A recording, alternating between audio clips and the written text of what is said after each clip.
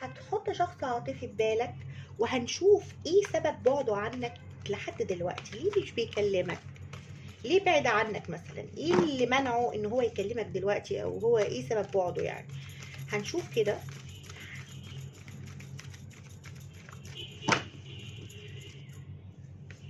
انت هو سبب بعده اللي هيطلع لك outcome يعني. طيب انت حاسس ان انت مربط في العلاقة دي، وعندك مخاوف وافكار سلبيه كبيره حوالين الشخص ده او حوالين العلاقه. ممكن يكون الشخص ده مثلا حد سابك كذا مره وبعد من غير سبب، عمل اشياء كتيره ضايقتك، خذلك باي شكل من الاشكال، فانت متربط جدا في العلاقه ومش قادر تطلع الشخص ده من دماغك. هو بيمر بصحوة روحية كبيرة في الفترة دي. العلاقة دي علمته حاجات كتيرة، او انت علمته درس كبير قوي قوي قوي، ان الحب مثلا بالروح مش بالجسد. حاجات زي كده كتير. الشخص ده بيحاسب نفسه. ممكن تكونوا في منفصلين، وانا شايفة اكتر الناس هنا منفصلين.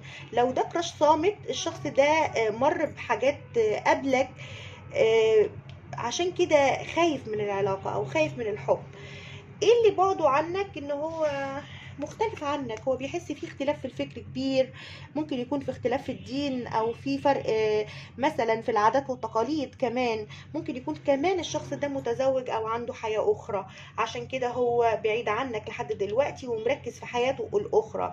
طيب الاوت كم عندك السيفن اوف اير او السيفن اوف فاير.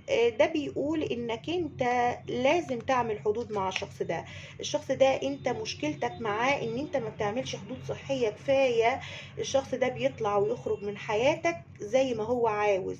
ممكن ناخد كارت كمان نصيحة ليك. حاول تبقى انت عندك انتويشن قوي جدا على فكرة، وبتحس بالشخص ده جدا. عايزة اقول لك النصيحة بتقول لك اعمل حدود، اعمل حدود، واعرف الشخص ده عاوز ايه.